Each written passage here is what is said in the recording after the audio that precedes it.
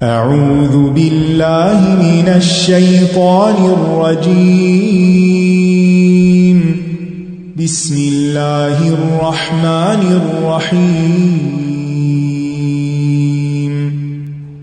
الحمد للہ رب العالمین الرحمن الرحیم مالک یوم الدین ایاک نعبد و ایاک نستعین اهدنا الصراط المستقیم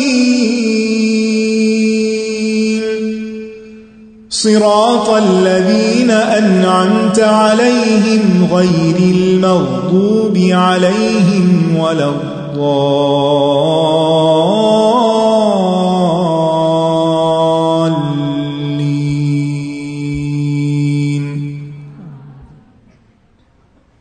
السلام علیکم ورحمۃ اللہ وبرکاتہ. وعلیکم السلام ورحمۃ اللہ وبرکاتہ. کیا حال ہے سب کا؟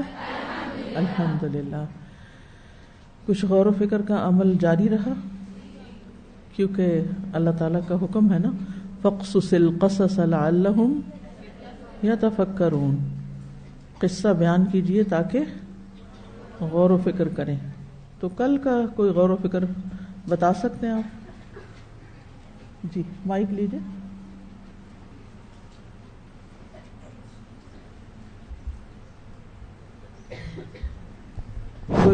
جی استاذہ، جو سورۃ الرحمن میں آیت آتی ہے نا انسان کی تخلیق کے بارے میں، کہ خلق الانسان من صلصال کالفخار، تو فرسٹ ڈے ہم نے ان کی تخلیق کے بارے میں پڑھا تھا، آدم علیہ السلام کے، اور کل ان کے علم دونوں میں جو تھی وہ ان کو شرف دیا گیا تھا نا. تو امام سعدی رحمہ اللہ، ہم تدبر کا پڑھ رہے تھے وقفہ، تو امام سعدی رحمہ اللہ فرماتے ہیں کہ انسان کو جس مٹی سے پیدا کیا گیا ہے تو اس مٹی کے اندر بھی اللہ تعالیٰ نے ایک بھاری پن ہوتا ہے مٹی کے اندر، اور اس کا ایک وقار ہوتا ہے، اور اس کی وجہ سے انسان کی اندر یہ چیز رکھ دی گئی ہے کہ وہ مٹی سے بنا ہے تو اس کی ایک ویلیو ہے. اس کے مقابلے میں جو شیطان ہے اس کو آگ سے بنایا تو آگ کے اندر ایک ہلکا پن ہوتا ہے، اور وہ طیش میں جلدی آ جاتا ہے اور وہ فساد کرتا ہے. تو اگر دیکھا جائے تو جس سے تخلیق کیا وہ بھی ایک ویلیویبل چیز ہے. جی میں آپ کا غور و فکر پوچھ رہی ہوں، کوٹیشن نہیں. آپ لوگوں نے خود سے کیا سوچا، یعنی لیکچر اٹینڈ کرنے کے بعد، یعنی آپ نے کس نقطے پر غور کیا، یا اپنی زندگی کے بارے میں کیا سوچا، یا اپنے عمل میں کیا تبدیلی کی؟ کچھ بھی نہیں. جی آپ فرمائیے. وعلیکم.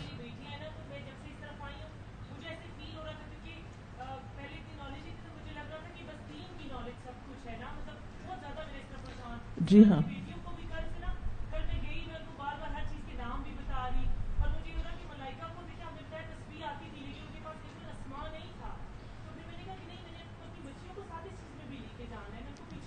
جی عام طور پر جو دین پڑھنے والے لوگ ہوتے ہیں وہ اس گلٹ کا شکار رہتے ہیں کہ اگر ہم دنیا کی تعلیم میں گئے تو شاید ہم گناہ کا ارتکاب کریں گے.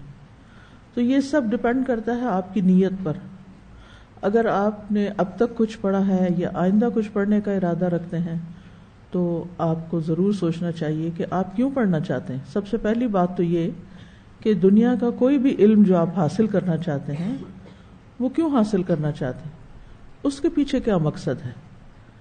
یعنی اپنے آپ سے خود سوال کریں، غور و فکر کریں، اور پھر جو بھی آپ سبجیکٹ چوز کریں، پھر یہ کہ آپ اس کو کس طرح استعمال کریں گے آئندہ، اس سے کیا فائدہ اٹھائیں گے. اور پھر ایک اور سوال یہ کہ آپ اس کو دین کے فائدے میں کس طرح استعمال کریں گے، اس سے اپنی آخرت کیسے بنائیں گے. تو یہ ہوتا ہے غور و فکر، اپنے آپ سے خود سوال کرنا، پھر اس کا جواب تلاش کرنا. کسی سے نہیں پوچھنا آپ کیا کہتے ہیں، اپنے اندر جواب ڈھونڈنا. اس کی وجہ یہ ہے کہ غور و فکر کا عمل عام طور پر تنہائی میں ہوتا ہے. اپنے آپ کو انسان ایکسپلور کرتا ہے، اپنے اندر جھانکتا ہے، اپنی سوچ کو نکالتا ہے. یعنی خود میں کیا سوچ رہی ہوں، میری کیا فیلنگز ہیں، میرے اندر کیا سوال ابھر رہے ہیں، کیونکہ جب ہم دو لوگ بھی بیٹھ کے کبھی کوئی ڈسکشن کرتے ہیں نا، جب دوسرا کوئی شخص بات کرتا ہے تو پھر بعض اوقات ہماری سوچ اس کی سوچ کے تابع ہو جاتی، ہم اپنے اندر نہیں جھانک سکتے، ہمارے اندر گروتھ نہیں ہوتی، ہمارے اندر آگے بڑھنے کا عمل جاری نہیں ہوتا، کیونکہ ہم اپنے دماغ کو تکلیف نہیں دیتے سوچنے کی. یہ ایک تکلیف دہ عمل بھی ہوتا ہے، نفس پہ بھاری بھی ہوتا ہے. ہم عام طور پہ تھکے ہوئے ہوتے ہیں کہ بس میں نہیں، اس سے زیادہ نہیں سوچ سکتی، اسکیپ کرتے ہیں، خود اپنے آپ کو فیس نہیں کرتے. ہم اپنی عام روزمرہ زندگی میں بہت سی ایسی چیزیں ہوتی ہیں جو ہمیں پنچ کر رہی ہوتی ہیں، ہماری توجہ چاہ رہی ہوتی ہیں، لیکن ہمارے پاس خود اپنے لیے وقت نہیں ہوتا، اپنے لیے وقت نہیں نکالتے. ہم کبھی ویڈیو دیکھ رہے ہیں، کبھی کسی سے بات کر رہے ہیں، کبھی کسی کے کام میں دخل اندازی کر رہے ہیں. ہم ہر وقت کچھ ایسے مصروف ہیں کہ اپنا سیلف انالیسز نہیں کرتے، اپنا محاسبہ نہیں کرتے، احتساب نہیں کرتے، اپنی غلطیوں کو نہیں ڈھونڈ پاتے، اپنے پوٹینشل کو نہیں دیکھ پاتے، اپنی صلاحیتوں پہ نہیں کچھ کرتے. بہت سے کام ہم صرف اس لیے کر رہے ہوتے ہیں کیونکہ کسی نے کہا کر دو تو ہم کر دیتے ہیں، اور ہم کمفرٹیبل ہوتے ہیں کہ کوئی ہمیں بتا دے کیا کرنا ہے تو ہم کر لیں گے، خود سے نہیں سوچا ہوتا کچھ. اور بہت سے کام اس لیے ہم کر رہے ہوتے ہیں کہ دوسرے لوگ کر رہے ہیں، وہ کر رہے ہیں تو ہم بھی کریں. تو اس طرح نہیں زندگی گزاریں. اپنے آپ سے سوال کرتی رہا کرے، دن میں کئی بار اپنے سے سوال خود ہی اندر جو سیلف ٹاک ہوتی ہے نا انسان کی، جو اپنے سے باتیں ہوتی ہیں، اس میں اپنے آپ سے خود پوچھا کریں، کیوں کر رہی ہوں میں الہدا ہی کیوں آئی ہوں، میں اس کلاس میں کیوں بیٹھی ہوئی ہوں، مجھے اس سے کیا فائدہ ہوگا، میرے دین دنیا میں اس سے کیا فائدہ ہے، دنیاوی اعتبار سے مجھے اس سے کیا ترقی حاصل ہوگی، دینی اعتبار سے کیا ہوگی. اور دنیاوی ترقی صرف مال و دولت کی آمد نہیں ہوتی کہ آپ کو ڈھیروں مال مل جائے تو آپ ترقی کر گئے. عام طور پر ہم کامیابی کا معیار ان چیزوں کو بنا لیتے ہیں، تو یہ نہیں ہوتی. ایک اچھے انسان کی حیثیت سے، جس کا اپنا اندر قلب مطمئن ہو اور وہ دوسروں کو بھی فائدہ پہنچانے والا ہو، دوسروں کے لیے بابرکت ہو، وہ انسان بننا جو ہے وہ دراصل ایک کامیاب انسان ہوتا ہے. کہ آپ اپنی آخرت کے لیے کیا کر رہے ہیں اور دوسروں کے لیے کتنے بابرکت ہیں. کیونکہ یہ جو دوسروں کے لیے بابرکت بننا ہے نا، یہ بھی بہت اہم چیز ہے. اور جو شخص دوسروں کے لیے فائدہ مند بن جاتا ہے، کوئی بھی اس سے دور نہیں جانا چاہتا، کوئی بھی اس کو اپنے گھر سے نہیں نکالنا چاہتا.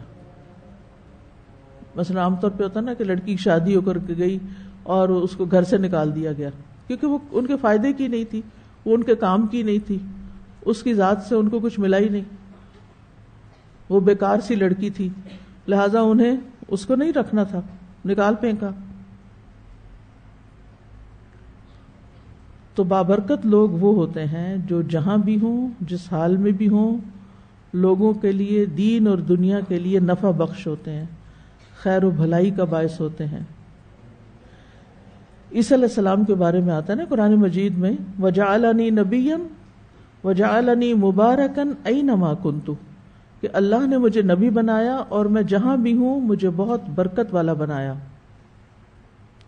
ابن قیم الجوزیہ اس آیت کی تفسیر میں کہتے ہیں، یعنی اللہ نے مجھے خیر کی تعلیم دینے والا، اپنی طرف بلانے والا اور اپنی یاد دلانے والا اور اپنی اطاعت کی ترغیب دینے والا بنایا، یعنی لوگوں کو اللہ کی طرف بلایا. تو ایسا آدمی بابرکت ہوتا ہے کہ جو لوگوں کی زندگی میں ایک ویلیو ایڈ کرے، کہ ان کو دنیا سے کاٹ کے رب والا بنا دے، ربانی بنا دے، ان کا رخ زمین کی حقیر چیزوں سے اٹھ کر اوپر کو جائے، بلندیوں کی طرف جائے، اس کے مقاصد بلند ہوں. تو وہ کہتے ہیں کہ جس شخص میں یہ صفات نہ ہو وہ برکت سے خالی ہوتا ہے. وہ برکت سے خالی ہے. کون سی صفات؟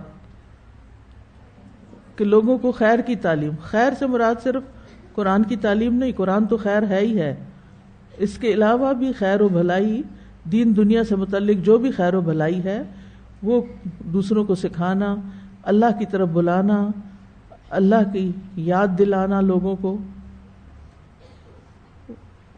کہتے ہیں کہ جس شخص میں یہ صفات نہ ہو وہ برکت سے خالی ہوتا ہے اور اس سے ملاقات اور مجلس بے برکت ہو جاتی ہے. ایسے شخص کی ملاقات بھی بے برکت ہے اور مجلس بھی بے برکت ہے جس میں کوئی خیر کی بات نہ ہو. تو آدمی کی برکت یہ ہے، یہ ابن قیم کا قول ہے، آدمی کی برکت یہ ہے کہ وہ جہاں جائے خیر و بھلائی سکھائے، جسے بھی ملے، جس سے بھی ملے اس کی خیر خواہی کرے. اسی طرح امام حسن بصری بچے کی پیدائش پر ان الفاظ سے مبارکباد دیتے تھے: جعلہ اللہ مبارکن علیک وعلی امت محمد صلی اللہ علیہ وسلم، کہ اللہ سبحانہ وتعالیٰ اس بچے کو تمہارے لیے اور امت محمد صلی اللہ علیہ وسلم کے لیے مبارک بنا دے. یعنی ماں باپ کے لیے بھی فائدہ مند ہو اور کس کے لیے ہو؟ امت محمد صلی اللہ علیہ وسلم کے لیے. اسی طرح ایوب السختیانی کو جب کوئی اپنے نومولود کی مبارک دیتا تو یہی دعا دیتے تھے. کتنے لوگ ہوتے ہیں جن کے پاس ڈھیروں معلومات ہوتی ہیں لیکن وہ کسی کو کچھ بھی نہیں بتاتے، ان کی ذات سے کسی کو کوئی فائدہ نہیں پہنچتا. لیکن کتنے ہی کم علم لوگ ہوتے ہیں لیکن ان سے بیسیوں لوگ فائدہ اٹھا جاتے ہیں. تو ہم میں سے ہر شخص اپنے لیے اپنے آپ سے پوچھے. یہ غور و فکر اب ہوگا آپ کا، یعنی اس بات کو میری سن کر اب آپ کا غور و فکر کیا ہوگا کہ میں اس جگہ موجود ہوں، میں یہاں کسی کو کیا خیر پہنچا سکتی ہوں. میں اپنے گھر میں ہوں تو گھر والوں کو کیا خیر پہنچا سکتی ہوں. میں اپنی والدہ کے پاس جا کر بیٹھی ہوں تو ان کے لیے کیا خیر کی بات کر سکتی ہوں، ان کو کیا فائدہ پہنچا سکتی ہوں. میں اپنے بہن بھائیوں کے درمیان ہوں تو ان کو کیا فائدہ پہنچا سکتی ہوں. میں اپنے روم میٹس کے ساتھ ہوں، ان کو کیا فائدہ پہنچا سکتی ہوں. تو مومن جہاں بھی ہوتا ہے بابرکت ہوتا ہے، اور فاجر فاسق جہاں بھی جاتا ہے نحوست ساتھ لے کے جاتا ہے.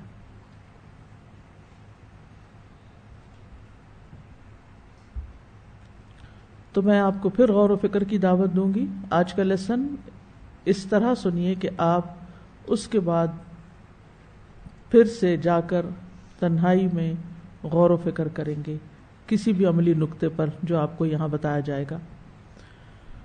تو چلیے شروع کرتے ہیں. نحمدہ ونصلی علی رسولہ الکریم، اما بعد فاعوذ باللہ من الشیطان الرجیم. بسم اللہ الرحمن الرحیم. رب اشرح لی صدری ویسر لی امری واحلل عقدۃ من لسانی یفقہوا قولی. الحمد للہ الذی خلق الانسان وسواہ وعلمہ وکرمہ وفضلہ واستخلفہ. لا الہ الا اللہ وحدہ لا شریک لہ یخلق ما یشاء ویختار. ہر قسم کی حمد اللہ کے لیے ہے جس نے انسان کو پیدا کیا اور اسے درست بنایا اور تعلیم دی اور اسے عزت اور فضیلت دی اور اسے خلیفہ بنایا. اللہ کے سوا کوئی معبود برحق نہیں، وہ اکیلا ہے، اس کا کوئی شریک نہیں. وہ جو چاہتا ہے پیدا کرتا ہے اور جس کو چاہتا ہے منتخب کر لیتا ہے، چن لیتا ہے. نحن نقص عليك أحسن القصص بما أوحينا إليك هذا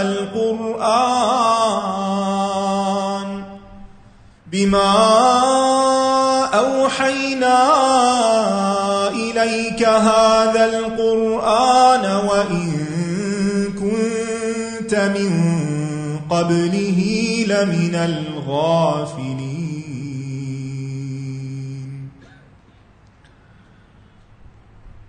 ہم آدم علیہ السلام کے بارے میں پڑھ رہے تھے. پچھلی آیات میں بیان ہوا کہ اللہ تعالیٰ نے آدم علیہ السلام کو علم کی بنا پر فضیلت دی اور انہیں ایسا علم سکھایا جو فرشتوں کے پاس نہیں تھا. چنانچہ فرشتوں نے اللہ سبحانہ وتعالیٰ کے علیم اور حکیم ہونے کا اعتراف کر لیا اور اس بات کو بھی تسلیم کیا کہ وہ ایک ادنا سی چیز کی معرفت سے بھی قاصر تھے جو اللہ نے ان کو نہیں سکھائی. اور انہوں نے اس حقیقت کا اعتراف کیا کہ اللہ تعالیٰ نے ان پر فضل کیا اور انہیں وہ سکھایا جو وہ نہ جانتے تھے. سبحانک لا علم لنا الا ما علمتنا. علمتنا یعنی تو نے ہمیں بھی سکھایا، بس ہم وہ جانتے ہیں جو آپ نے ہمیں سکھایا ہے. تو یہ ایک طرح سے اعتراف بھی ہے اور اپنی کم علمی کا بھی اعتراف ہے کہ اس کے علاوہ ہمارے پاس کچھ نہیں ہے، ہم اور کچھ نہیں جانتے. کتنی عاجزی ہے اور اللہ سبحانہ وتعالیٰ کی عظمت کا اور اس کی نعمت اور احسان کا کیسا اعتراف ہے. اب اس کے بعد کیا ہوتا ہے؟ فرشتوں کے سامنے آدم علیہ السلام کا مقام واضح ہو جاتا ہے کہ جن ناموں کو وہ نہیں بتا سکے، اب آدم علیہ السلام سے جب پوچھا گیا تو انہوں نے وہ نام بتا دیے. تو آج ہم شروع کریں گے آیت نمبر 33 سے. قال يا آدم أنبئهم بأسمائهم فلما أنبأهم بأسمائهم قال ألم أقل لكم إني أعلم غيب السماوات والأرض وأعلم ما تبدون وما كنتم تكتمون. فرمایا اے آدم انہیں ان کے نام بتاؤ. پھر جب اس نے انہیں ان سب کے نام بتا دیے تو فرمایا کیا میں نے تمہیں کہا نہ تھا کہ بے شک میں آسمانوں اور زمین کے غیب جانتا ہوں اور میں جانتا ہوں جو کچھ تم ظاہر کرتے ہو اور جو کچھ تم چھپاتے ہو. قال اللہ تعالیٰ نے فرمایا کس سے؟ آدم علیہ السلام سے. پکارا یا آدم اے آدم، انبئہم انہیں بتا دو. کیا؟ باسمائہم، ہم آ رہا ہے، پھر ہاؤلائی کے بعد ہم آ رہا ہے اور کل ہم اس پہ بات کر چکے ہیں کہ ہم کیوں ہے. ان سب کے نام بتا دو. تو جو ہی آدم علیہ السلام کو حکم ملا تو انہوں نے فرشتوں کو ان تمام چیزوں کے نام بتا دیے جو بہت ساری تھیں جن کی طرف اللہ تعالیٰ نے اشارہ کیا تھا، اور بغیر کسی غلطی کے سب کچھ بتا دیا. یعنی جو علم اللہ نے آدم علیہ السلام کو علم الاسماء سکھایا تھا وہ انہوں نے اچھی طرح محفوظ کیا ہوا تھا اور اللہ تعالیٰ کے پوچھنے پر انہوں نے وہ سارے کا سارا بتا دیا.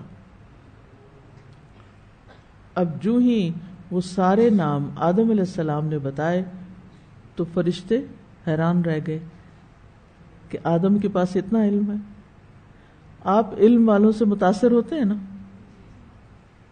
اگر ایک بچہ بھی آپ سے زیادہ اچھا قرآن پڑھ سکتا ہو، زیادہ صورتیں اس کو آتی ہوں، کراس ریفرنسنگ کر سکتا ہو، ترجمہ بھی جانتا ہو، تو آپ کی آنکھیں کھلتی جاتی ہیں، حیرانی بڑھتی جاتی ہے اور آپ کو لا محالہ اعتراف کرنا پڑتا ہے. اب آپ اس چھوٹے سے بچے کی بھی قدر کرنے لگتے ہیں. کیوں؟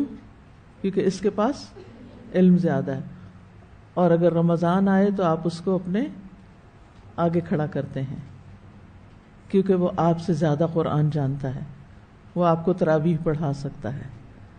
تو یہ ایک قدرتی سی بات ہے کہ جس کے پاس علم ہو پھر وہ اس علم کا اظہار بھی کرے، اس علم سے کسی کو فائدہ بھی پہنچائے، وہ معلومات دوسروں تک پاس آن بھی کرے.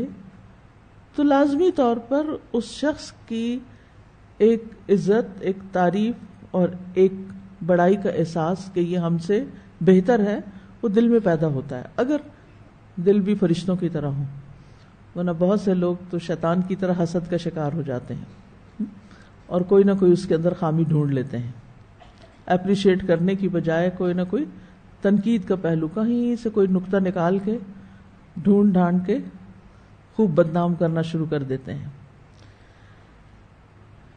تو فرشتوں کا یہ طرز عمل بہت ہی بہترین طرز عمل ہے کہ انہوں نے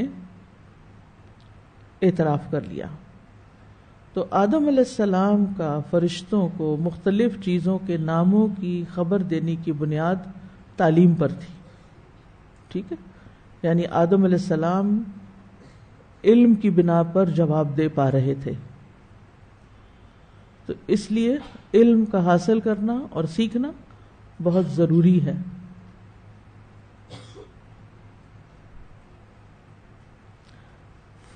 بہت سے لوگ ایک اس طرح کا شکوہ کرتے رہتے ہیں، ایک احساس کمتری کا شکار رہتے ہیں، ہر جگہ گلا شکوہ کرتے ہیں، ناراض رہتے ہیں اپنے آپ سے بھی، لوگوں سے بھی، کوئی ہمیں پوچھتا نہیں، کوئی ہماری قدر نہیں کرتا، کوئی ہماری تعریف نہیں کرتا، کوئی ہم سے محبت نہیں کرتا۔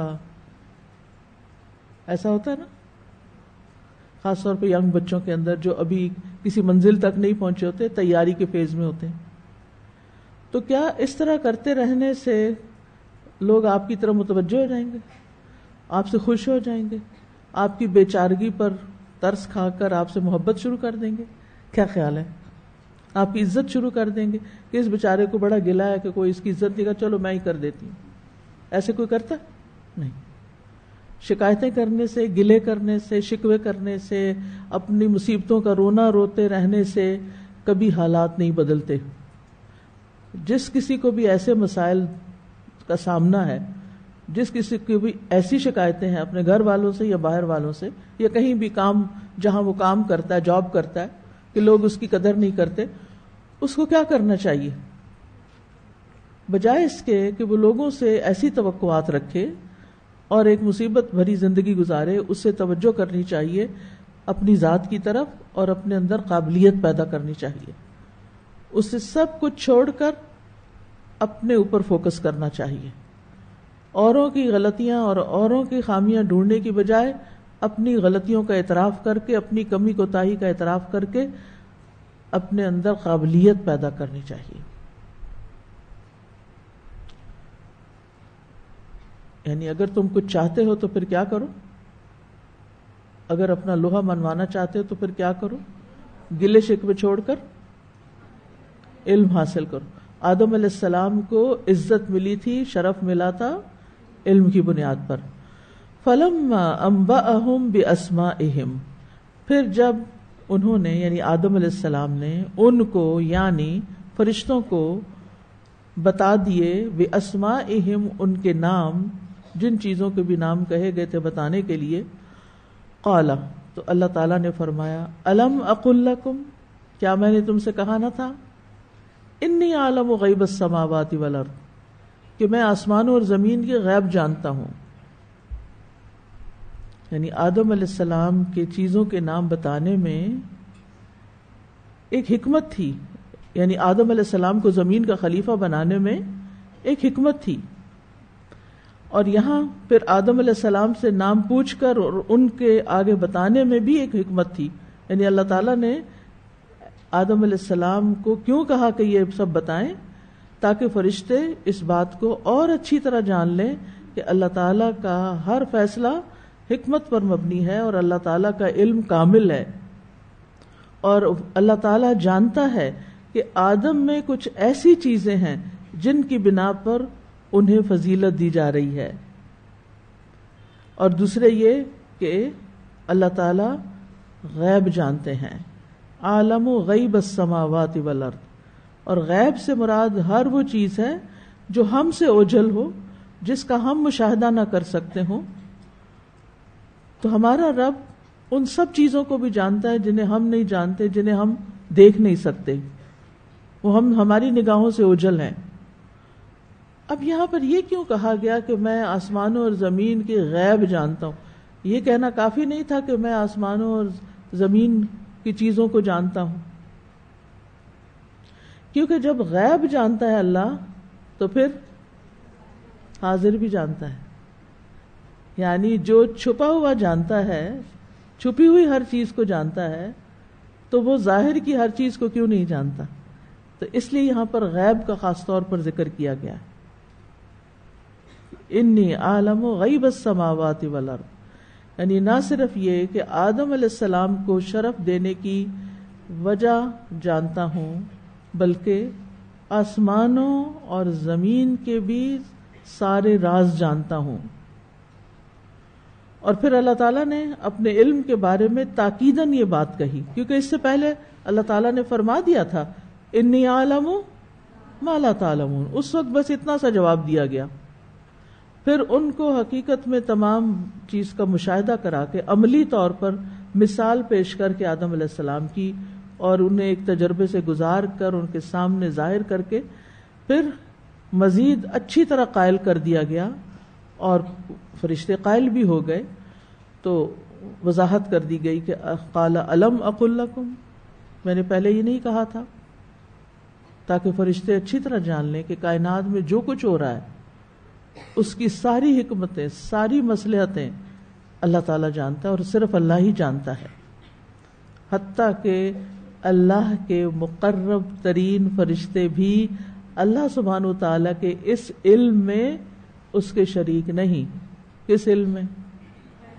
علم الغیب میں.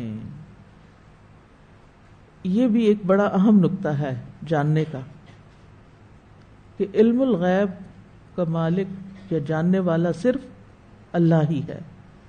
باقی سب کے پاس، چاہے وہ پیغمبر ہوں، چاہے وہ فرشتے ہوں، چاہے وہ مقرب ترین فرشتے ہوں، ان سب کے پاس صرف اتنا علم ہے جو اللہ نے ان کو دیا ہے، اس سے آگے وہ نہیں جانتے. آسمانوں اور زمین کی ساری حقیقتیں نہیں جانتے، کوئی بھی نہیں جانتا، صرف اللہ ہی جانتا ہے. اگر ہمیں اللہ تعالی کے علیم خبیر ہونے کا یقین ہو جائے تو ہمارے بہت سے سوالوں کا جواب ہمیں خود ہی مل جائے. پنجابی میں کہتے ہیں او جانے،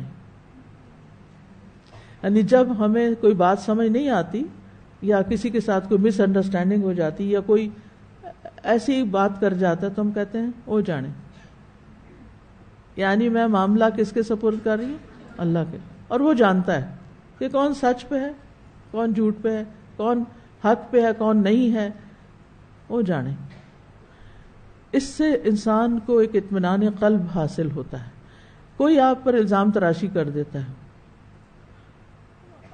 آپ دوسرے کو ایک حد تک جواب دیتے ہیں، یا آپ سمجھتے ہیں کہ اس کو جواب دینے کا بھی فائدہ نہیں، کیونکہ یہ اس لیے الزام نہیں لگا رہا کہ اسے جواب چاہیے، اسے وضاحت نہیں چاہیے، اس کو صرف اپنے دل کی بھڑاس نکالنی ہے. تو آپ اتنی بڑی بڑی جھوٹی باتیں اپنے خلاف سن کے کیسے اطمینان میں رہ سکتے ہیں؟ صرف ایک حقیقت پر ایمان لا کر کہ میرا رب جانتا ہے. افوض امری الی اللہ، میں اپنا معاملہ اللہ کے سپرد کرتا ہوں. تو اسی طرح بہت سے لوگوں کو تقدیر کے مسئلے میں بڑا مسئلہ ہوتا ہے. اگر اللہ سبحانہ وتعالیٰ نے ہر ایک کی تقدیر لکھ دی ہے تو پھر ہمارا کیا رول ہے، اور میری تقدیر میں یہ کیوں لکھ دیا، اور مجھ پہ یہ امتحان کیوں آ گیا، اور میرے اوپر ایک آزمائش کے بعد ایک آزمائش کیوں آ رہی ہے، یہ سب کیا ہے؟ یہ سب اللہ کے اذن سے ہے، یہ سب اللہ کا ارادہ ہے، یہ سب اس کے حکم سے ہو رہا ہے. کیوں؟ کیونکہ وہ اللہ ہے، اس کا کوئی شریک نہیں، کیونکہ وہ سب کچھ جانتا ہے کس انسان کے فائدے میں کیا ہے، کس دن بارش برسنی چاہیے اور کس دن نہیں برسنی چاہیے، کہاں کس جگہ کتنی گرمی ہونی چاہیے، کس زمین پہ کیا اگنا چاہیے اور کس پہ نہیں اگنا چاہیے. یہ اس کے فیصلے ہیں، اور اس کے فیصلے کس پر مبنی ہیں؟ علم پر. اور اس کا علم کس پہ مبنی ہے؟ حکمت پر. تو ہر چیز کی وجہ یا تو معلوم ہونے لگتی ہے، حکمت کا القاء ہونے لگتا ہے، یا ایک اطمینان ہونے لگتا ہے کہ جس کا یہ فیصلہ ہے، جو وہ کر رہا ہے، وہ مجھ سے زیادہ جانتا ہے، اس لیے مجھے اس معاملے میں پریشان ہونے کی ضرورت نہیں، مجھے اس بے چینی میں پڑنے کی ضرورت نہیں، وہ جانتا ہے۔ پھر فرمایا وَأَعْلَمُ مَا تُبْدُونَ وَمَا كُنْتُمْ تَكْتُمُونَ، پہلے عمومی طور پر پوری کائنات کی بات کر دی گئی، اب سامنے والوں کی بات کر دی گئی، اسپیسیفک بات، اور میں جانتا ہوں جو تم ظاہر کرتے ہو اور جو تم چھپاتے ہو اپنے اندر، کائنات کے غیب بھی جانتا ہوں اور تمہارے دلوں کے راز بھی جانتا ہوں۔ اب ما تبدون سے مراد کون ہے؟ اس میں علماء یہ کہتے ہیں کہ فرشتوں کی طرف اشارہ ہے۔ ایک قول یہ ہے کہ فرشتوں کی طرف اشارہ ہے، کیا کہ جو تم نے بول کے کہا وہ بھی مجھے پتا ہے، اور جو تم نے دل میں رکھا آدم علیہ السلام کے بارے میں، جو تمہارے دل میں تھا کہ اللہ تعالیٰ کوئی ایسی مخلوق نہیں پیدا کرے گا جو ان فرشتوں سے زیادہ علم والی ہو، زیادہ معزز ہو، کیونکہ آدم علیہ السلام سے پہلے سب سے معزز کون تھے؟ فرشتے تھے۔ یعنی جتنی بھی مخلوقات تھیں آسمانوں اور زمین میں، ان میں سب سے زیادہ عزت حاصل تھی کس کو؟ فرشتوں کو۔ اب فرشتوں کا خیال یہ تھا کہ یہ نہیں ہو سکتا کہ ہم سے بہتر کوئی اور آئے، یا کسی اور کو پیدا کرنے کی کوئی ضرورت ہو۔ تو انہوں نے یہ سب کہا نہیں، صرف ایک سوال کر کے اپنے ذہن میں جو اشکال تھا اس کا جواب مانگا، یعنی جاننا چاہا، مانگا نہیں، جاننا چاہا۔ لیکن یہاں پر اللہ سبحانہ و تعالیٰ نے ان کو واضح کر دیا کہ جو تم سوچتے ہو اور جو تم بولتے ہو وہ سب مجھے پتا ہے۔ اور ایک اور قول یہ بھی ہے کہ اعلم ما تبدون سے مراد فرشتوں کا یہ کہنا اتجعل فیہا من یفسد فیہا، کیا آپ زمین پر اس کو پیدا کرنے جا رہے ہیں جو اس میں فساد کرے گا؟ اور وما کنتم تکتمون سے مراد یہاں ابلیس ہے، کہ ابلیس کے دل میں جو کچھ چھپا ہوا تھا، جو تکبر تھا، جو انا تھی، اور آدم علیہ السلام سے افضل ہونے کا خیال تھا، وہ مراد ہے۔ ابن عباس کہتے ہیں کہ اللہ تعالیٰ فرماتے ہیں میں مخفی چیزوں کو بھی اسی طرح جانتا ہوں جس طرح ظاہری چیزوں کو جانتا ہوں، یعنی مجھے اس کبر و غرور کا بھی علم ہے جسے ابلیس نے اپنے دل میں چھپایا ہوا ہے۔ تو ایک رائے کے مطابق ظاہر کرنے والے اور چھپانے والے دونوں کون ہیں؟ فرشتے، اور دوسرے میں ظاہر کرنے والے فرشتے اور چھپانے والا ابلیس، اللہ عالم، اور دونوں بھی ہو سکتے ہیں، اس میں کوئی تضاد نہیں۔ اور صرف فرشتے اور جنات ہی نہیں بلکہ ہم سب انسان جو کچھ کہتے ہیں اور جو کچھ سوچتے ہیں وہ سارے کا سارا اللہ کے علم میں ہوتا ہے۔ ہم کسی کے بارے میں مثبت سوچتے ہیں یا منفی سوچتے ہیں، ہماری سوچیں عمومی طور پر کس نہج پہ ہوتی ہیں، ہمارے دلوں میں کیا خیالات آتے ہیں، سب اللہ کو پتہ ہے۔ لہذا اگر اللہ کو پتہ ہے اور ہمارا اس پر ایمان اور یقین ہے تو پھر ہمارا رویہ کیا ہونا چاہیے؟ اگر ہمیں یہ یقین ہو جائے کہ اللہ تعالیٰ ہمارے دل کے اندر آنے والے خیالات کو بھی جانتا ہے تو پھر ہم کیا کریں گے؟ کیا کرنا چاہیے؟ پھر ہمیں کوئی بتائے گا؟ ہاتھ کھڑا کر کے بتائے کیا کرنا چاہیے، غور کیجئے۔ ہاں، سمینا واتانا، اور اللہ سے حیا کرنی چاہیے۔ میں کیا سوچ رہی ہوں، میرے دل میں کیا باتیں آ رہی ہیں، اپنے برے خیالات کو، منفی خیالات کو، فحش خیالات کو جھٹک دینا چاہیے۔ اکثر غور کیا کیجئے کہ میرے دل میں سب سے زیادہ کیا خیال آتا ہے، یا کس کا خیال آتا ہے، یا کس بارے میں زیادہ سوچتی ہوں۔ اکثر لوگ کہتے ہیں نا اصل میں مشکل یہ کہ میں بہت زیادہ سوچتی ہوں، میں بہت سینسیٹیو ہوں اس لیے بہت سوچتی ہوں، لیکن کبھی ہم اپنے آپ کو الاؤ نہیں کرتے کہ اپنی سوچ کو بھی ذرا چیک کریں، کیونکہ ہم یہ بھولے ہوئے ہوتے ہیں کہ ہمارا رب ہماری سوچوں سے واقف ہے، ہم اس سے نہیں چھپا سکتے کچھ بھی. تو جس دن یہ احساس ہو گیا نا آپ کے اندر، اور یہ یقین پختہ ہو گیا کہ میرا رب دل کے خیالات تک سے واقف ہے، یعنی پتہ ہے ہمیں لیکن ہمیں یقین نہیں، تو پھر آپ اپنے دل کی بھی حفاظت کریں گے، پھر آپ اپنے خیالات کی حفاظت کریں گے. اور جب انسان اپنے خیالات کی حفاظت کرتا ہے تو تبھی انسان کے اندر تقوی آتا ہے. التقوی ہا ہونا، تقوی بچنے کا نام ہے نا. تو پھر انسان برے خیالات سے بھی بچتا ہے جس کا اللہ کے سوا کسی کو بھی پتہ نہیں ہے. مثلا میں کسی کے بارے میں برا سوچتی ہوں، اس کو تو نہیں پتا. کس کو پتا ہے؟ اللہ کو. اللہ کو یہ بھی پتا ہے کہ میں یہ اس خیال میں حق پر ہوں یا ناحق سوچ رہی ہوں. کیا میں اس خیال یعنی جو بھی کسی کے بارے میں سوچ رہی ہوں یہ میں درست بھی سوچ رہی ہوں یا نہیں سوچ رہی. تو اس طرح ہمیں اپنی سوچ کو بھی درست کرنے کا موقع ملتا ہے. انسان ایک کانشیس زندگی بسر کرتا ہے.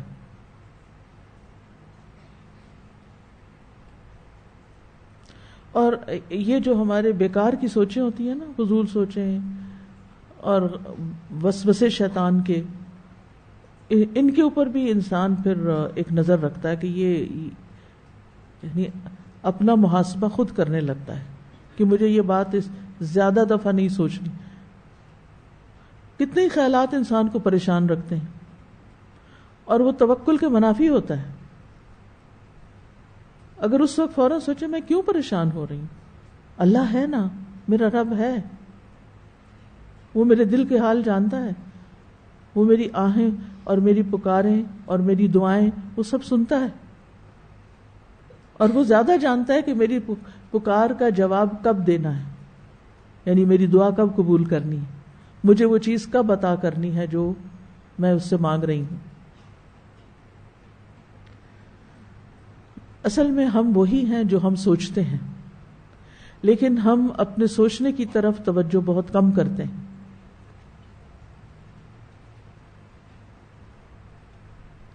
ہمارے بعض اوقات باطن اور ظاہر میں بہت تضاد ہوتا ہے. ہم اپنے ساتھ بھی سچے نہیں ہوتے، ہم اپنے آپ کو دھوکہ دے رہے ہوتے ہیں. تو جب یہ یقین ہو جائے کہ وَأَعْلَمُ مَا تُبْدُونَ وَمَا كُنْتُمْ تَكْتُمُونَ، اوہ اللہ کو پتا ہے، مجھے یہ نہیں سوچنا، مجھے ایسے نہیں سوچنا، پھر آپ اپنی سوچوں کی بھی اصلاح کرنے لگتے ہیں. تو اس آیت سے کچھ باتیں ہمیں پتہ چلتی ہیں. سب سے پہلی بات یہ کہ جو ہی اللہ تعالیٰ نے آدم علیہ السلام کو حکم دیا کس بات کا کہ نام بتاؤ، انہوں نے کیا کیا؟ مجھے شرم آ رہی ہے. ہمارا رویہ اکثر یہی ہوتا ہے نا. بعض اوقات ایک بات ہمیں پتہ ہوتی ہے، کوئی کہتا ہے کہ یہ نبی صلی اللہ علیہ وسلم کو اللہ تعالیٰ نے حکم دیا بلغ ما انزل الیک من ربک، آپ کے رب کی طرف سے جو آپ کو ملا آپ پہنچا دیجئے. اور ایک مشکل کام تھا نا کہ وہ بڑی مخالفت بھی ہوتی تھی. لیکن ہمیں بھی اللہ سبحانہ و تعالیٰ قرآن مجید میں کئی ایک احکامات دیتے ہیں اور ہم پڑھتے بھی، تلاوت بھی کرتے ہیں، لیکن ہم وہ کرتے نہیں ہیں. تو یہاں آدم علیہ السلام کو اللہ تعالیٰ نے حکم دیا، فعل امر ہے، انبئہم، بتاؤ انہیں. تو انہوں نے کیا کیا؟ فوراً بات مانی اور بتانا شروع کر دیا، حکم کی تعمیل کی، اطاعت کی. فوراً فرشتوں کو ان چیزوں کی خبر دی جو اللہ تعالیٰ نے فرمایا کہ خبر دو. پھر ایک بات یہ بھی پتہ چلتی ہے کہ فرشتوں کے اندر بھی ارادہ ہے، فرشتے بھی سوچتے ہیں، فرشتوں کے اندر بھی خیالات ہوتے ہیں جن میں سے کچھ وہ ظاہر کرتے ہیں اور کچھ وہ چھپاتے ہیں. وَأَعْلَمُ مَا تُبْدُونَ وَمَا كُنْتُمْ تَكْتُمُونَ. پھر یہ کہ اللہ تعالیٰ دلوں کے بھید جانتا ہے، خواہ اس کو ظاہر کریں یا چھپائیں.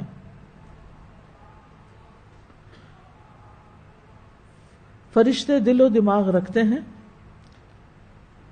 ان کے اندر وہ محبت بھی کرتے ہیں، وہ محبت بھی کرتے ہیں. کس سے؟ ایمان والوں سے، جن سے اللہ محبت کرتا ہے. اور وہ ڈرتے بھی ہیں،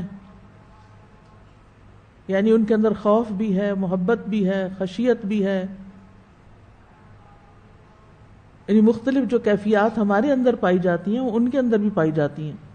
جیسے قرآن مجید کی ایک آیت ہے، حتی اذا فزع عن قلوبہم قالوا ماذا قال ربکم قالوا الحق وهو العلی الکبیر. یہاں تک کہ جب ان کے دلوں سے گھبراہٹ دور کر دی جائے گی اور وہ باہم کہیں گے تمہارے رب نے کیا فرمایا، یعنی فرشتے ایک دوسرے سے پوچھتے ہیں کیا فرمایا رب نے، تو وہ کہیں گے حق فرمایا اور وہ بہت بلند اور بہت بڑا ہے. تو اس سے کیا پتہ چلتا ہے کہ ان کے اندر گھبراہٹ بھی ہوتی ہے. وہ ایمان والوں کے لیے دعائیں بھی کرتے ہیں، استغفار کرتے ہیں. پھر یہاں اس آیت سے اللہ تعالیٰ کے علم کی وسعت کا پتہ چلتا ہے کہ اس کا علم دیکھی جانے والی چیزوں اور پوشیدہ چیزوں سب کے ساتھ تعلق رکھتا ہے. غائب ہو یا حاضر، کوئی حرکت کرے یا سکون اختیار کرے، اللہ کو سب پتہ چل جاتا ہے. سورۃ الانعام کی آیت اللہ تعالیٰ کے علم کے بارے میں بتاتی ہے، وَعِندَهُ مَفَاتِحُ الْغَيْبِ لَا يَعْلَمُهَا إِلَّا هُوَ وَيَعْلَمُ مَا فِي الْبَرِّ وَالْبَحْرِ وَمَا تَسْقُطُ مِنْ وَرَقَةٍ إِلَّا يَعْلَمُهَا وَلَا حَبَّةٍ فِي ظُلُمَاتِ الْأَرْضِ وَلَا رَطْبٍ وَلَا يَابِسٍ إِلَّا فِي كِتَابٍ مُبِينٍ. اسی کے پاس غیب کی کنجیاں ہیں جنہیں اس کے سوا کوئی نہیں جانتا. اللہ اکبر. غیب کو بھی کوئی نہیں جانتا اور غیب کی جو کنجیاں ہیں ان کو بھی کوئی نہیں جانتا کہ وہ کہاں ہیں، جن سے غیب تک پہنچا جا سکے. تو پھر احساس ہوتا ہے نا کہ ہم کیا جانتے ہیں، تو پھر علم کا تکبر ختم ہو جاتا ہے نا، اور انسان کو واقعی حقیقت میں احساس ہونے لگتا ہے. واللہ عالم واللہ عالم بالصواب. یہ جو علماء لکھتے ہیں نا فتاوی کے آخر میں، تو یہ ایسے ہی نہیں لکھ دیتے، کیونکہ کچھ لوگوں کو اپنے علم کا بڑا زوم ہوتا ہے. وہ سمجھتے ہیں جو کچھ جتنا ہم جانتے ہیں یہ سب سے زیادہ ہے، ہم سب سے زیادہ جانتے ہیں، اور تکبر کا شکار ہو جاتے ہیں. اور علم کا تکبر بدترین تکبر ہوتا ہے. علم والے کو ہمبل ہونا چاہیے، اپنی غلطی کے اعتراف میں بھی دیر نہیں لگانی چاہیے. پھر فرمایا وَيَعْلَمُ مَا فِي الْبَرِّ وَالْبَحْرِ، خشکی پر، زمین میں، سمندر میں جو کچھ ہے سب کچھ وہ جانتا ہے. وَمَا تَسْقُطُ مِنْ وَرَقَةٍ إِلَّا يَعْلَمُهَا، اور کوئی پتا نہیں گرتا مگر وہ اس کو جانتا ہے. کچھ درختوں کے پتے اتنے گھنے ہوتے ہیں. پچھلے دنوں کو ہاٹ جانا ہوا تو وہاں جس جگہ پر ہم ٹھہرے ہوئے تھے وہاں دیوار کے اوپر وہ جو ایک بیل ہوتی ہے نا جو پوری دیوار کو کور کر لیتی ہے، بالکل ایک ایسے شیٹ سی بچ جاتی ہے. تو میں نے کسی سے کہا کہ صرف اتنے ایریے کے 1 فٹ لمبا چوڑا، صرف اتنے ایریے کے مجھے پتے گن کے دکھاؤ. بہت مشکل کام تھا. وہ اتنے گھنے پتے تھے کہ ایک پہاڑ لگ رہا تھا ان کو گننا. تو میں نے کہا اللہ سبحانہ وتعالیٰ کو یہ سارے پتوں کی تعداد پتہ ہے، حتیٰ کہ ان میں سے ایک گرتا ہے تو وہ بھی اللہ کو پتہ ہے کہ کہاں گرا، گر کے کیا ہوا اس کے ساتھ. کتنا وسیع ہے اس کا علم. جب بارش ہوتی ہے نا تو کبھی بارش کو دیکھتے ہوئے سوچا کریں کہ یہ ایک قطرہ جو گرا ہے آسمان سے، یہ اللہ کو پتا تھا کہ اس نے یہاں گرنا ہے. اور یہ اب سے نہیں پتا، کب سے پتا ہے؟ جی کب سے پتا ہے؟ جب سے اللہ تعالیٰ نے قلم پیدا کیا اور تقدیریں لکھی اس وقت سے اس کو پتا ہے کہ کس وقت کس موسم میں پانی کا کون سا قطرہ زمین کے کس حصے پہ گرے گا، کون سا درخت اپنا پتا کس زمین پہ گرائے گا اور ہوا اڑا کے اس کو کہاں لے جائے گی، سب پتا ہے اس کو. جس کا اتنا علم ہو اس پر اعتراض کیا جا سکتا ہے؟ نہیں. وہ کہتے ہیں چھوٹا منہ بڑی بات، کہ ہم چھوٹی چھوٹی باتوں پر قرآن پڑھتے ہو، یہ قرآن مجید چونکہ آپ کا قرآن کے طالب علم ہے میرے سامنے، اس لیے مجھے یہ ہوتا ہے کہ آپ کے اندر یہ ادب ہونا چاہیے کہ کوئی بھی بات جو قرآن میں سے سمجھ نہ آئے تو دعا کرنا شروع کر دیں کہ اللہ تعالیٰ مجھے سمجھا دیں، اہل علم سے پوچھیں، لیکن اللہ تعالیٰ کے بارے میں برا گمان نہ کریں، اللہ تعالیٰ سے ناراض نہ ہو، کیوں مت کہیں۔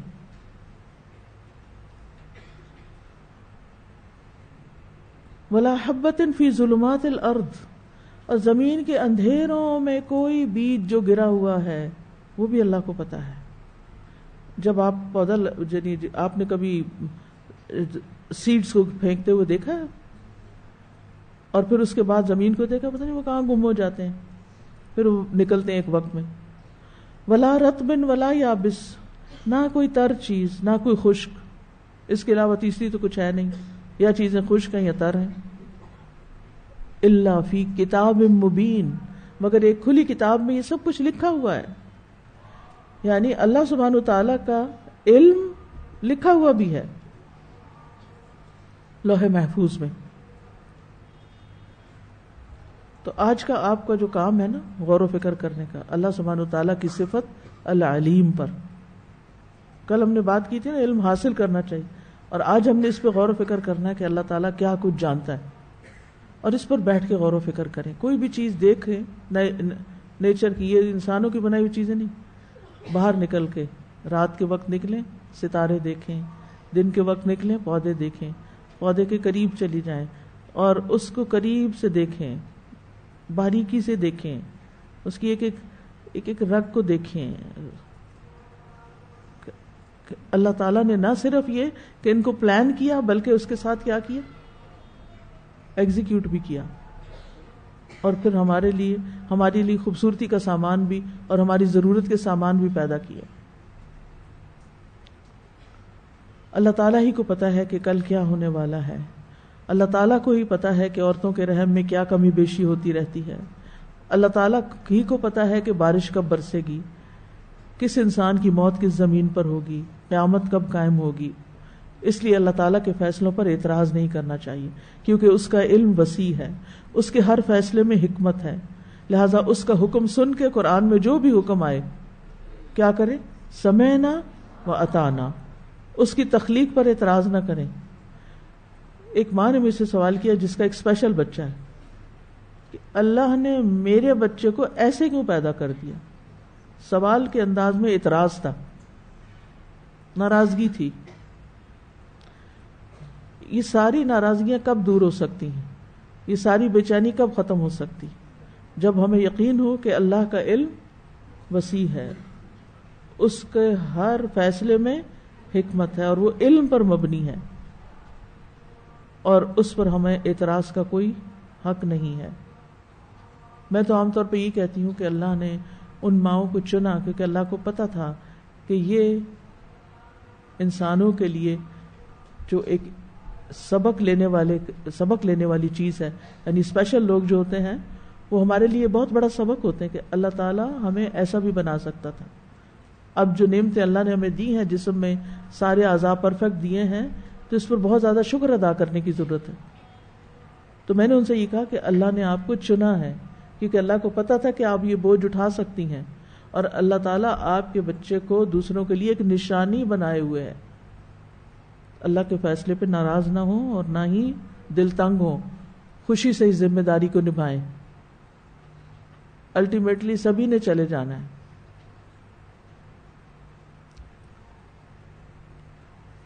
اسی طرح ایک حدیث میں آتا ہے، ایک آدمی نبی صلی اللہ علیہ وسلم کے پاس آیا، کہنے لگا اے اللہ کے نبی کون سا عمل افضل ہے؟ آپ نے فرمایا اللہ پر ایمان لانا، اس کی تصدیق کرنا، اس کے راستے میں جہاد کرنا۔ اس نے کہا اللہ کے رسول میں اس سے آسان عمل چاہتا ہوں، یعنی جہاد کے لیے جانا تو میرے لیے مشکل ہے، مجھے کوئی آسان سا کام بتائیں۔ آپ نے فرمایا عفو درگزر کرنا، صبر کرنا، جی صبر کرنا، اس کو آپ نے آسان بتایا، اور ہمارے لیے وہ سب سے مشکل ہے۔ اس سے اندازہ ہو سکتا ہے نا ہم کہاں کھڑے ہیں۔ اس نے کہا اللہ کے رسول میرا ارادہ تو اس سے بھی آسان عمل کا ہے، آپ نے فرمایا اللہ تعالیٰ تمہارے بارے میں جو فیصلہ کر دے اس پر اللہ تبارک و تعالیٰ کو الزام مت دینا، تقدیر پہ راضی ہونا. ہمارے لیے یہ بھی کیا ہے؟ بڑا مشکل ہے. ہر وقت سوچتے ہیں میرے ساتھ یہ کیوں ہو گیا. کچھ لوگ تو آ جاتے ہیں لڑائی کرنے، ہم نے تو استخارہ بھی کیا تھا، پھر یہ شادی ناکام کیوں ہوئی، ہمارا تو خواب بھی بڑا اچھا تھا، پھر یہ کیوں ہوا. یعنی میں جواب دوں ان کو کہ پھر کیوں ہوا.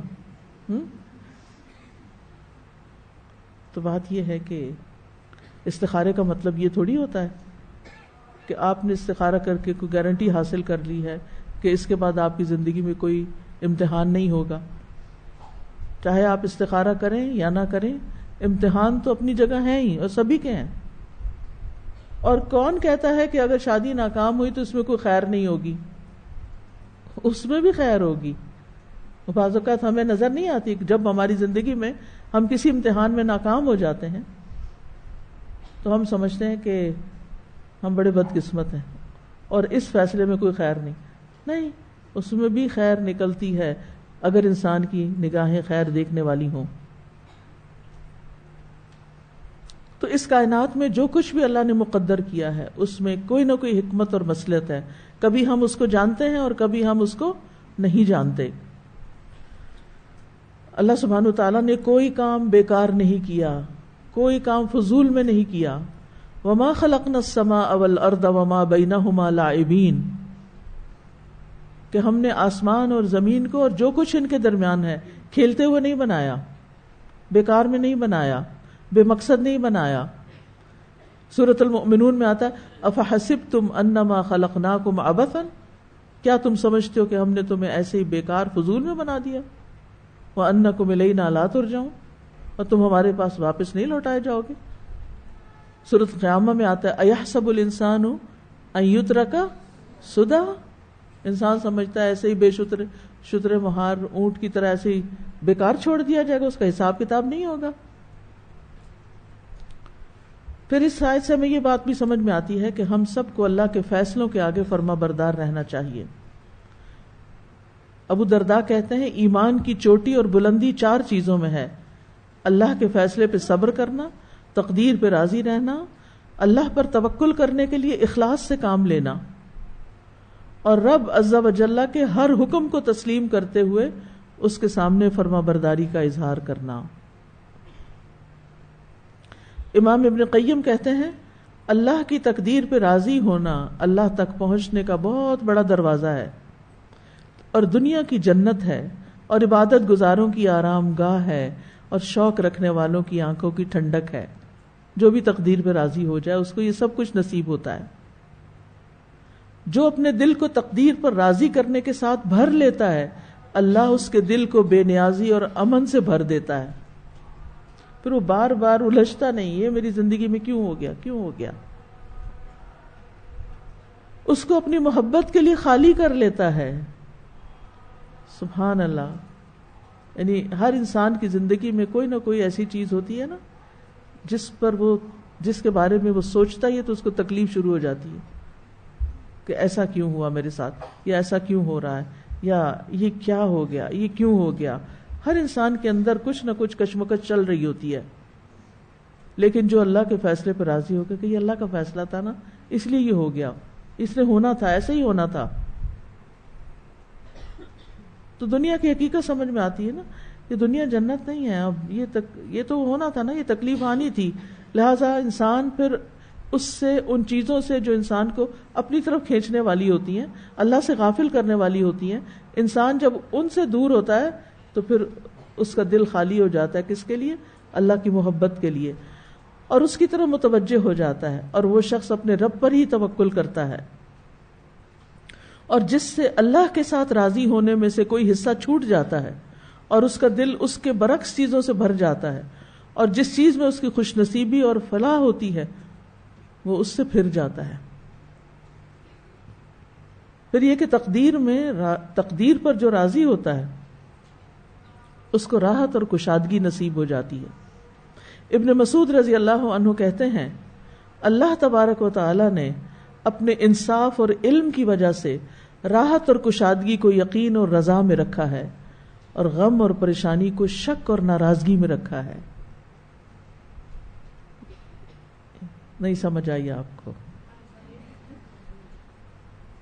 راحت اور کشادگی کو کس میں رکھا؟ یقین میں اور رضا میں. غم اور پریشانی کو کہاں رکھا ہے؟ شک اور ناراضگی میں. تو غم سے نکلنے کے لیے کیا کرنا چاہیے؟ اللہ سے ناراضگی چھوڑ دیں، تقدیر سے ناراض ہونا چھوڑ دیں، اللہ کے فیصلوں پہ یقین رکھیں کہ اس میں بھی ضرور کوئی بھلائی ہے، اس میں بھی خیر ہی خیر ہے. دل خوش ہو جائے گا. ان مع العسر یسرا فان مع العسر یسرا فان مع العسر یسرا ان مع العسر یسرا. یقین کے ساتھ. یقین نہیں ہے نا ہمیں. ان مع العسر یسرا، یقین کوئی نہیں ہے، لہذا تنگی آتی ہے تو ہم گھبرا اٹھتے ہیں، اپنا آپ چھوڑ دیتے ہیں.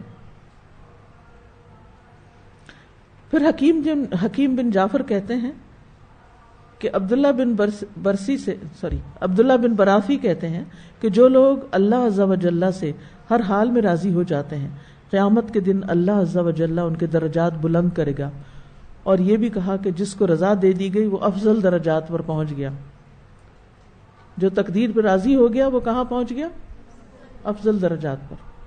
اب آپ سب غور کریں، توجہ فرمائیں کہ آپ اس وقت جس بھی حال میں نا، جس بھی کنڈیشن میں، جس بھی سچویشن میں، اس وقت نہیں، اس کمرے میں، یہاں تو ٹھنڈی ٹھنڈی ہوا آ رہی ہے، یعنی اپنی زندگی کے جس بھی دور میں ہیں، جس بھی مشکل سے آپ گزر رہے ہیں، جو بھی چیلنج ہے آپ کے ساتھ اس وقت اور جس پر آپ دکھی رہتے ہیں، اسے ایکسپٹ کر لیں کہ یہ اللہ کا فیصلہ ہے. میں راضی، اس میں خیر ہے میرے لیے، اسی میں میرا فائدہ ہے. یہ مجھے کچھ سکھانے کے لیے ہے، زندگی میں مجھے بہتر بنانے کے لیے ہے. یہ میرے درجات کی بلندی کا باعث ہے. یہ مجھے میچور بنانے کے لیے آیا. یہ کچے برتن کو پکانے کے لیے آیا. یہ مجھے زندگی میں آگے بڑھانے کے لیے آیا. یہ مجھے اونچی اڑان اڑانے کے لیے آیا. میں اس پر اللہ سے ناراض نہیں ہوں. ایک اطمینان آ جائے گا آپ کے دل میں. اور اگر آپ یہ نہیں سوچتے یہ سب کچھ اور جھگڑتے رہتے ہیں، اپنے آپ سے لڑتے رہتے ہیں اور اپنے آپ کو پریشان رکھتے ہیں، حالات نہیں بدلیں گے، کچھ بھی بہتری نہیں ہوگی. اب اس کے بعد کیا ہوتا ہے؟ ہم بہت دور نکل جاتے ہیں، لیکن غور و فکر کا تقاضا یہی ہے کہ ان سارے اسباب کو زندگی میں لائیں، ہماری زندگی بدلے نا. اب آدم علیہ السلام کی برتری ثابت ہو چکی ہے. کیسے؟ کس بنا پہ؟ علم کی بنا پر. اب اللہ سبحانہ وتعالی حکم دیتے ہیں وَإِذْ قُلْنَا لِلْمَلَائِكَةِ وَإِذْ قُلْنَا لِلْمَلَائِكَةِ اسْجُدُوا لِآدَمَ فَسَجَدُوا إِلَّا إِبْلِيسَ أَبَى وَاسْتَكْبَرَ وَكَانَ مِنَ الْكَافِرِينَ. اور جب ہم نے فرشتوں سے کہا کہ آدم کو سجدہ کرو تو ان سب نے سجدہ کیا سوائے ابلیس کے. اس نے انکار کر دیا اور تکبر کیا اور وہ کفر کرنے والوں میں سے ہو گیا، انکار کرنے والوں میں سے ہو گیا. اب آدم علیہ السلام کو سجدے کا حکم ملتا ہے اور ابلیس اس کا انکار کر دیتا ہے. آدم علیہ السلام نے اطاعت کی تھی، ابلیس نے یہاں نافرمانی کی. آدم علیہ السلام کا عملی طور پر جب شرف ثابت ہو گیا کہ واقعی وہ فرشتوں سے درجے میں زیادہ ہیں علم کی بنا پر اور وہ زمین کے خلیفہ بنائے جانے کے حقدار ہیں، تو پھر اور یہ کہ خلافت کے لیے، زمین کی خلافت کے لیے جن علوم کی ضرورت ہے وہ آدم علیہ السلام کے اندر سب جمع ہیں. تو پھر اگلا قدم کیا تھا کہ فرشتوں کو حکم دیا گیا کہ وہ آدم کے آگے جھک جائیں، سجدہ کریں. پہلا شرف کیا تھا؟ علم. دوسرا شرف کیا؟ سجدہ. آدم علیہ السلام کو 4 فضیلتیں حاصل ہیں. وہ کون سی؟ نمبر 1 اللہ نے ان کو اپنے ہاتھ سے پیدا کیا. نمبر 2 اپنی روح ڈالی، یعنی اپنی طرف سے روح ڈالی. نمبر 3 فرشتوں کو حکم دیا کہ انہیں سجدہ کریں. اور نمبر 4 ان چیزوں کے ناموں کی تعلیم دی، علم دیا. اللہ سبحانہ وتعالیٰ نے فرشتوں کو جب آدم علیہ السلام کی تخلیق کے بارے میں بتایا تھا تو سورۃ الحجر میں آتا ہے فَإِذَا سَوَّيْتُهُ وَنَفَخْتُ فِيهِ مِن رُّوحِي فَقَعُوا لَهُ سَاجِدِينَ، کہ جب میں اسے درست کر لوں اور اس میں اپنی روح سے پھونک دوں تو اس کے لیے سجدہ کرتے ہوئے گر پڑنا، اس کے لیے سجدہ کرتے ہوئے گر پڑنا. یعنی یہ حکم سجدے کا کب سے تھا؟ کب سے ملا تھا؟ جب اللہ تعالیٰ نے اپنے ارادے سے آگاہ کیا تھا.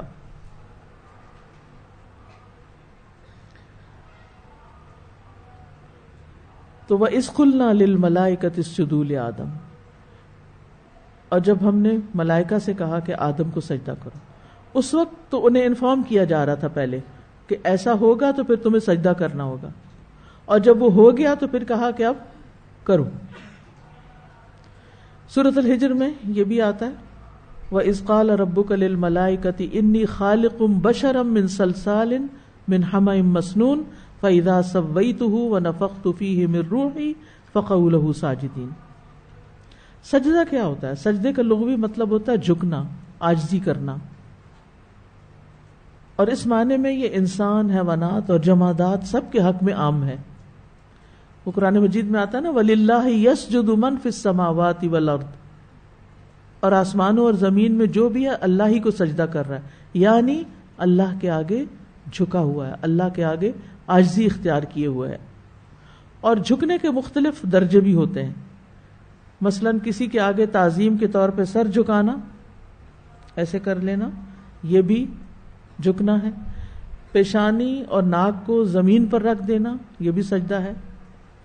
شرعی لحاظ سے سجدے کا مطلب ہے عبادت کی غرض سے ناک اور پیشانی کو زمین پہ لگانا.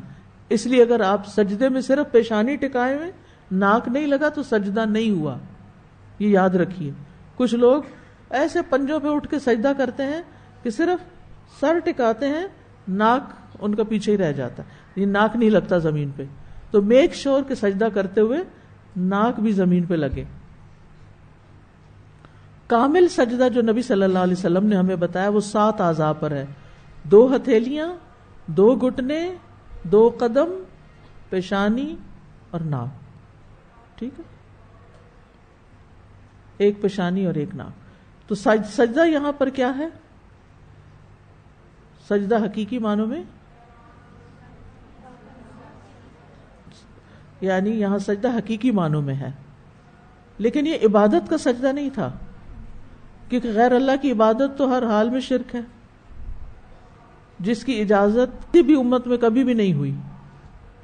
تو اللہ تعالیٰ فرشتوں کو شرک کرنے کا حکم تو نہیں دے سکتے تھے، بلکہ یہ سجدہ تعظیم کا سجدہ تھا جو پہلی امتوں میں جائز تھا. ہماری امت میں یہ بھی حرام ہے.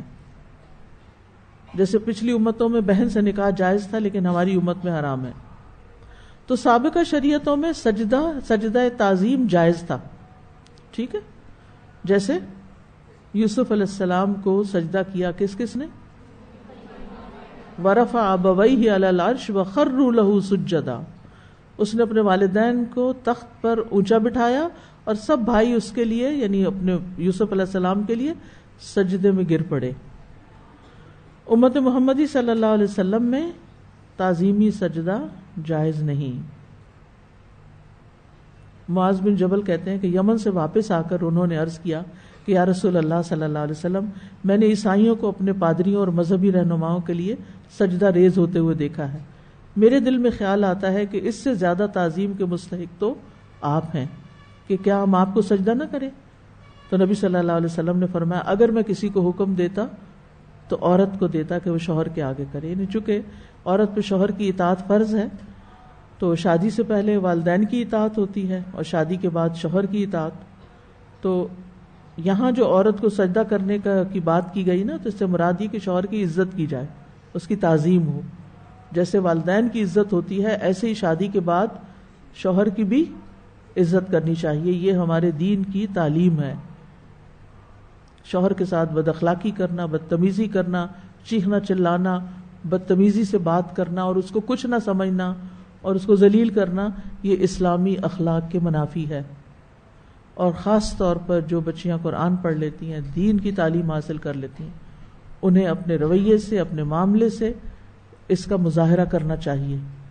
چاہے اختلاف ہو، چاہے وہ اپنے فرائض پورے نہ کرتا ہو، لیکن اس کو تانے دینا اور اس کو ذلیل کرنا یہ عورت کے اپنے ہی حق میں نقصان دہ ہو جاتا ہے. کیونکہ مرد کو سب سے زیادہ عزت چاہیے ہوتی، عورت کو محبت چاہیے ہوتی، مرد کو عزت چاہیے ہوتی ہے.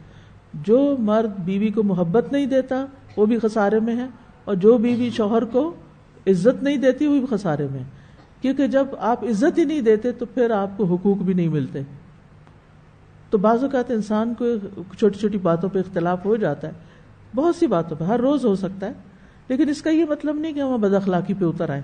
کیا بد اخلاقی کرنے سے مسائل حل ہو جائیں گے؟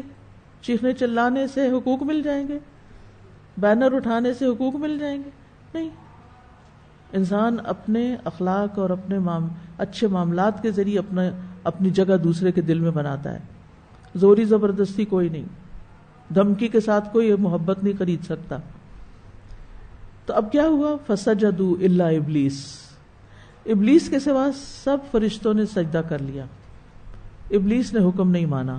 قرآن مجید میں آتا فسجد الملائکۃ کلھم اجمعون، سب فرشتوں نے سجدہ کر لیا. کلھم کا مطلب ہے کوئی ایک بھی باقی نہ رہا. تو اس سے کیا پتہ چلتا ہے فرشتوں کی تعداد کتنی ہے؟ انگنت. انگنت سے مراد یہ نہیں کہ وہ ہم نہیں گن سکتے، اللہ سب کچھ گن سکتا ہے. یعنی آسمان پر 4 انگلی بھی جگہ نہیں جہاں کوئی نہ کوئی فرشتہ اللہ کی عبادت میں مصروف نہ ہو، اور آسمان فرشتوں کے بوجھ سے چرچرا رہا ہے. اتنے زیادہ فرشتے، سبھی جھک گئے. کلہم اجمعون. اگر کلہم ہوتا نا صرف تو ہم کہتے وہ جو اس وقت وہاں موجود تھے. نہیں، جب فرشتوں کو حکم ملا جو جہاں بھی تھا اس سب تک حکم پہنچ گیا اور سب آدم کے آگے جھک گئے اور ایک ہی وقت میں جھکے. یعنی الگ وقتوں میں نہیں، ایک ہی وقت میں سب سجدہ کیا سب نے. آپ سوچئے، منظر کو امیجن کیجئے، منظر امیجن کیجئے. آدم علیہ السلام سارے فرشتے ان کے آگے جھکے ہوئے. کتنی عزت دی اللہ نے آدم کو. اس کے باوجود ان کے اندر تکبر نہیں آیا. ہمیں کوئی 1-2 لوگ بھی عزت دے دیں تو ہم پتہ نہیں اپنے آپ کو کیا سمجھنے لگتے. اب یہاں ہے کہ ابلیس نے سجدہ نہیں کیا، کیا وہ فرشتوں میں سے تھا؟ نہیں. قرآن کی نص سے یہ بات ثابت ہے کہ ابلیس جن تھا.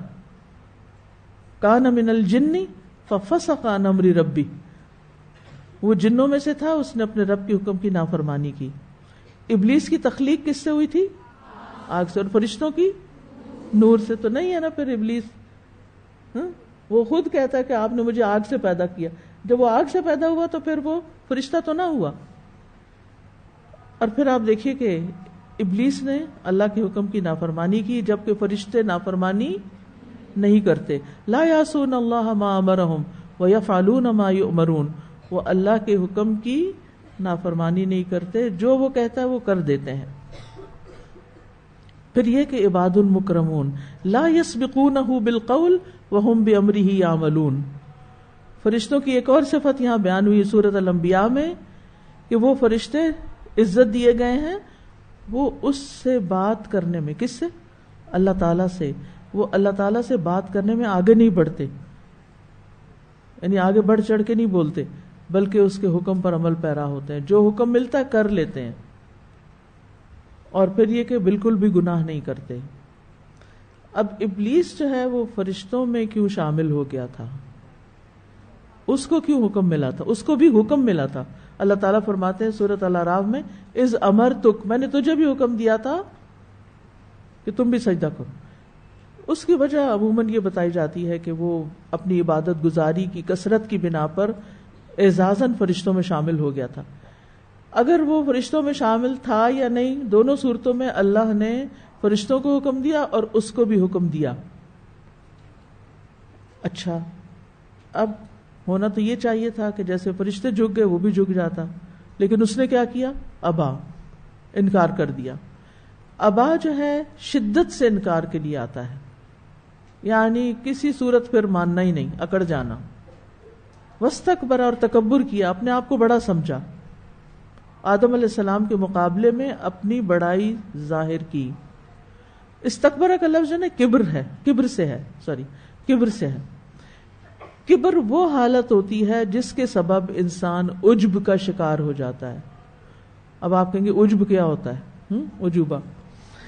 عجب یہ ہے کہ انسان اپنے آپ کو دوسروں سے برتر خیال کرے. اب ہم سب نے جائزہ لیتے رہنا اپنے آپ کو دوسروں سے برتر بہتر خیال کرے. اور سب سے بڑا تکبر کیا ہوتا ہے؟ حق کو قبول کرنے سے انکار کرنا، عبادت سے منہ موڑنا. یہ اللہ تعالیٰ کے سامنے تکبر ہے. اور واستکبر کا لفظ جو ہے اس میں مبالغہ ہے. عربی میں قاعدہ یہ ہے کہ جس فعل میں جتنے حروف زیادہ ہو جاتے ہیں اس کے معنی میں اتنی شدت آ جاتی ہے. تو استکبار کا معنی ہوتا ہے تکبر میں بڑھ جانا. ٹھیک ہے، استکبار کیا ہے؟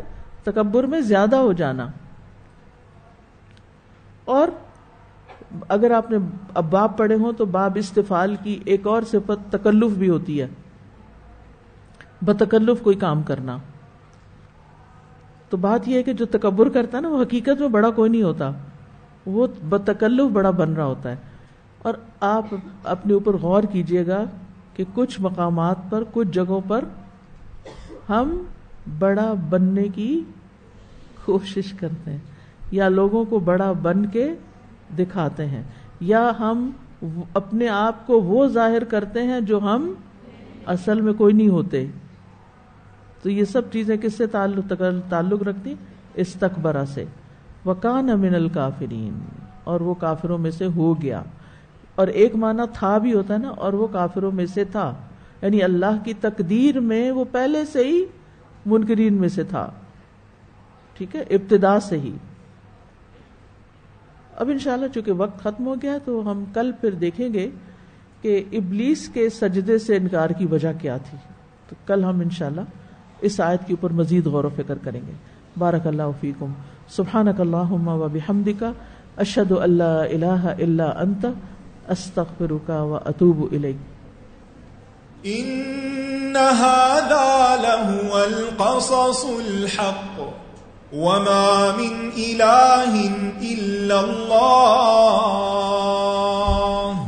وان الله لهو العزيز الحكيم. اللهم صل على محمد وعلى آل محمد كما صليت على